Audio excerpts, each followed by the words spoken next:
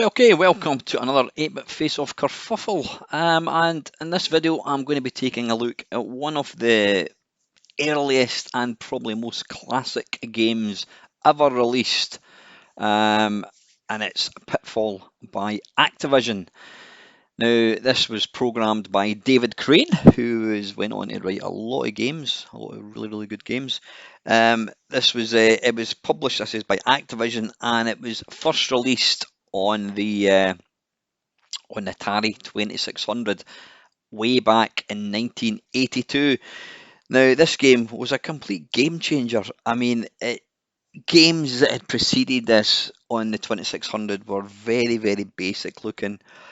And when this game came along, people just didn't think that the system was capable of doing such a thing, you know, with the graphics, the colour, the sound, you know, the attention to detail. And it was almost like one of the first, I'm not going to call it a sandbox game, but it was an open-ended game. You could go up ladders, you could go down, you could go left, right, whatever, you know, whereas previous games, it was just you followed a path. So yeah, this was released in 1982. It subsequently had ports to the Commodore 64, Atari 8-bit, Atari 5200, ColecoVision, Apple II, I believe, as well, and possibly the MSX. It spawned a sequel, imaginatively titled Pitfall 2, and then they brought out other games for like the GameCube, PlayStation, where it took on an HD makeover, and it became a lot more kind of up to date looking. So anyway, let's take a look at some versions and see how they stack up. Right, okay, kicking things off, we start off with the Atari 2600. Now, right away, this game does not look like Atari 2600. You know, if you compare this to earlier Atari 2600 games, they were, you know, blocky, basic graphics. You know, a lot of the time the sprites were single colour, really, really basic stuff. But this one, it's just that the detail is absolutely incredible. And like I said, this was a complete game changer when this came out. This really, really shook up the system, and it proved to not just, you know, programmers, but customers alike that, you know, the Atari 2600 was capable of so much more.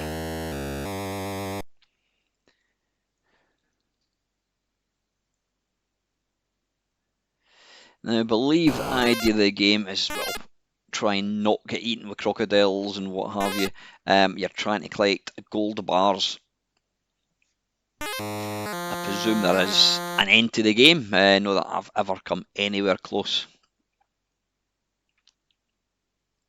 Yeah, I mean, nowadays it's a basic game, but you know, you need to remember this came out in 1982, which would be, what, 40 years ago?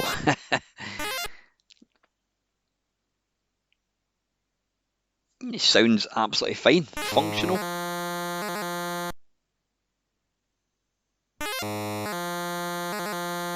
And a little Tarzan tune. So that was Atari 2600. Right, next one is the Atari 800 and 5200.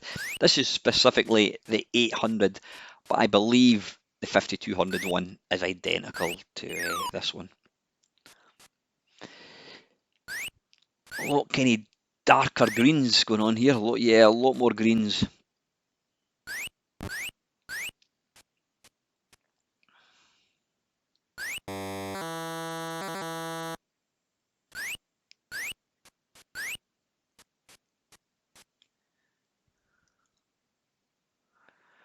I need to time this. Go, go, go, go, go. Oh, bollocks.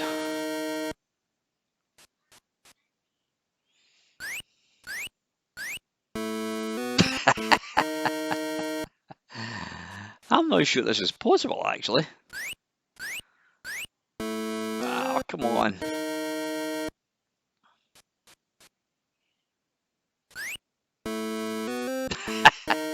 That does not help.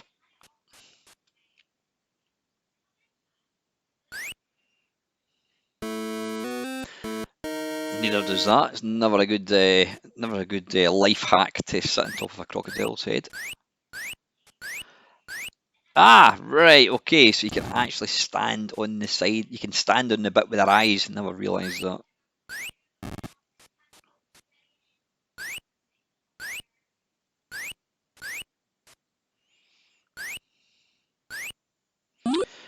So that was the Atari 800, oblique 5200.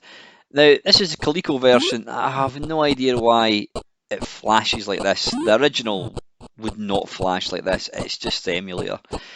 Now, right away you can see the graphics are, I'm not going to say better, they're more detailed. I mean, the animation, what's going on there? How come he's in the background? That's a bit weird.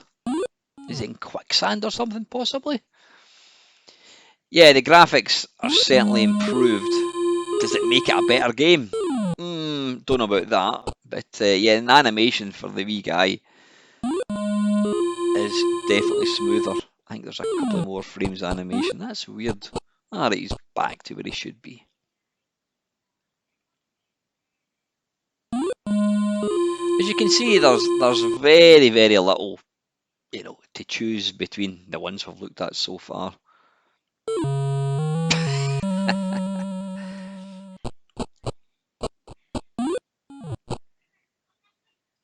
Now, price-wise, I'm assuming the cartridge-based systems were probably a wee bit more expensive. I don't know, because then you need to remember games. Well, I wonder how much it costs in the home computers. Probably £10, so they would have been a wee bit cheaper. But then that was because of that was to do with the actual format of the cartridge versus tape.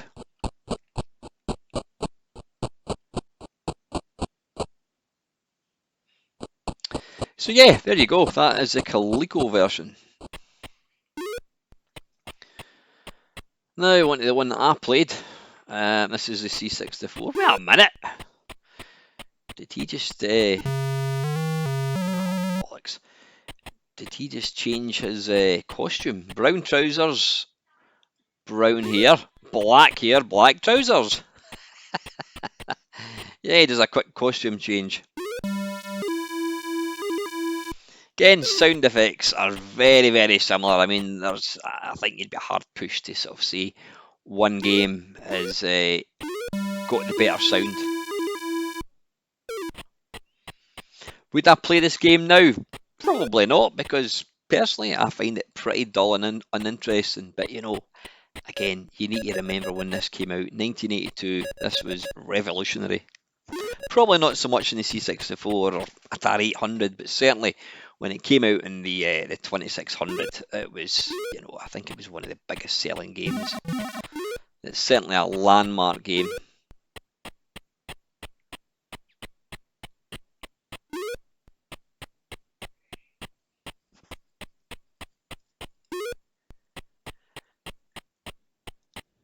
Keep on running. Yeah, I love the way he just his costume changes.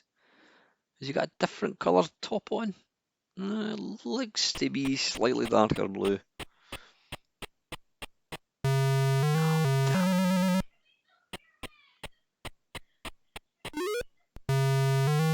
There you go. That's the C64. Right, moving on back to home console. It's the Intellivision. Now, this was a rival of the 2600, but the thing is, if this had come out by Atari, then this game would not be on the Intellivision. But it was by Activision. Now, the reason Activision formed was because, and this is probably not 100% true, the programmers in Atari never got the. They wrote the game, and some of the games made millions, and the programmers were getting very, very little back. They weren't even getting the recognition. So guys like Gary Kitchen, David Crane, amongst others, decided to leave Atari and go and start up Activision. And I mean, they went on to write some landmark games. So yeah, this one is quite similar to the 2600. Maybe slightly more colourful, possibly. I think the Intellivision was. Hey, there's a gold bar, bloody hell. I think the Intellivision was a slightly more capable machine.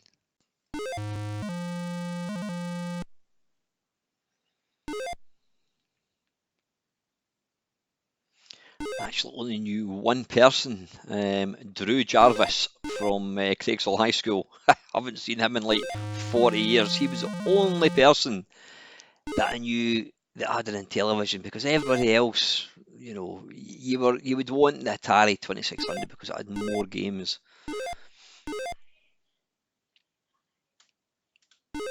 So yeah, that's Intellivision. Let's take a look at the very last version. This is on the MSX. Now, this does look not too unlike the Coleco version. I don't know, did they share the same sort of processors? I'm not quite sure. You can see the movement and the animation in the rope, if you want to call it animation, a line moving from side to side, is probably better than any other version. It's got a rather natty colour of green slacks. Obviously makes it nice and comfortable when you're running about the jungle avoiding scorpions and snakes and what have you. Oh, I was going to say a gold bar. It's a wireframe box. I'll have some of that, thank you very much. Yeah, I think there's a wee bit more detail on this version. The problem when I'm making these videos, you look at one version and then 3 versions later you've forgotten what the versions what they look like.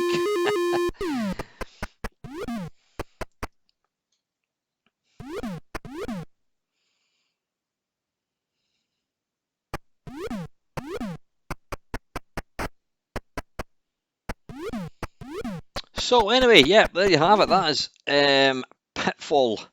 Now, let's do a quick summary. Atari 800, C64, very, very similar. Atari 800 one was quite a wee bit more difficult, I would say.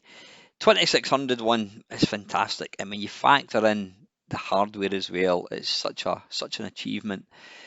The MSX and Coleco versions were probably the nicest looking. The graphics were that wee bit nicer, slightly more colours and that kind of stuff, a wee bit more sort of kind of fluider animation, if you want to put it like that.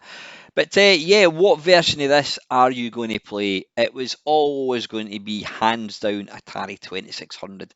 That was the original one, and that is the one you absolutely have to play. So anyway, guys, as always, if there's an 8-bit face-off kerfuffle game you'd like to see me do, which I haven't done, and I have done lots, then please put your comment down below and I will see what I can do. Until next time, guys, thank you very much for watching.